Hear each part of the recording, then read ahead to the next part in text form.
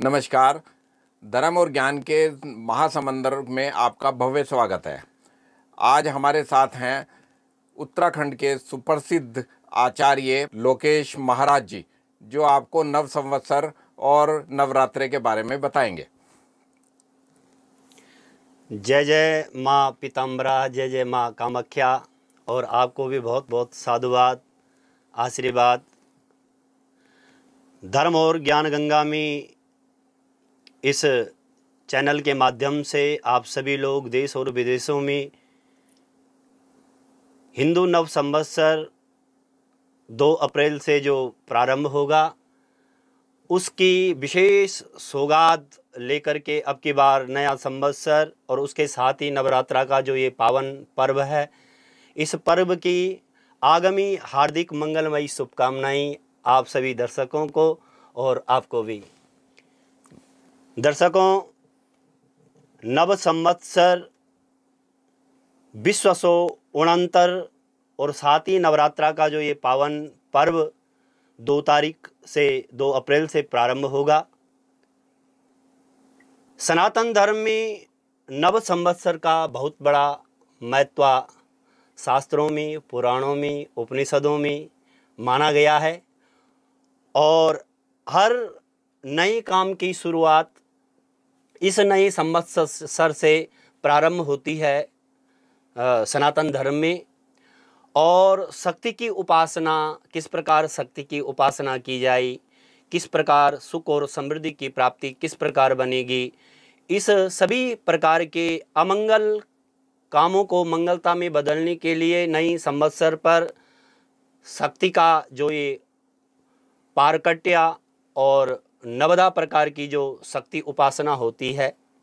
तो मेरे प्रिय दर्शकों, आपको के लिए अब की बार विशेष रूप से नई सौगात के साथ मैं आपका आचार्य बगला साधक लोकेश महाराज, नई संवत्सर की शुरुआत, नई संवत्सर पर शक्ति की पूजा किस प्रकार होगी।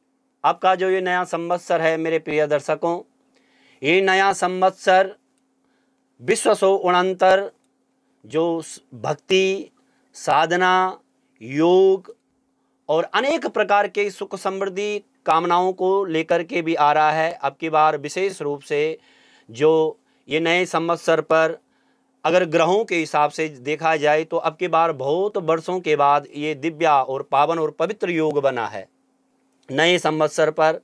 इस नए संवत्सर पर जो शक्ति की विशेष रूप से पूजा होगी, घट स्थापना का जो मेरे प्रिय दर्शकों जो दिव्य और पावन पवित्र मुहूर्त है अब की बार 2 अप्रैल को ठीक 6:38 का एक दिव्य मुहूर्त, उसके उपरांत 8:32 का एक विशेष संयोग और 11:44 का एक विशेष जो दिव्य योग बन रहा है घट स्थापना के लिए।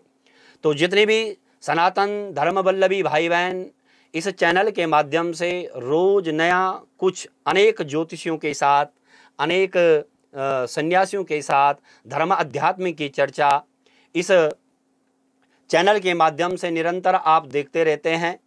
तो मेरे प्रिय दर्शकों, अब की बार नवरात्रा का जो ये पावन पर्व और विशेष रूप से नव संवत्सर का जो इस वर्ष का जो राजा है वो शनि है और जो मंत्री हैं वो बृहस्पति हैं।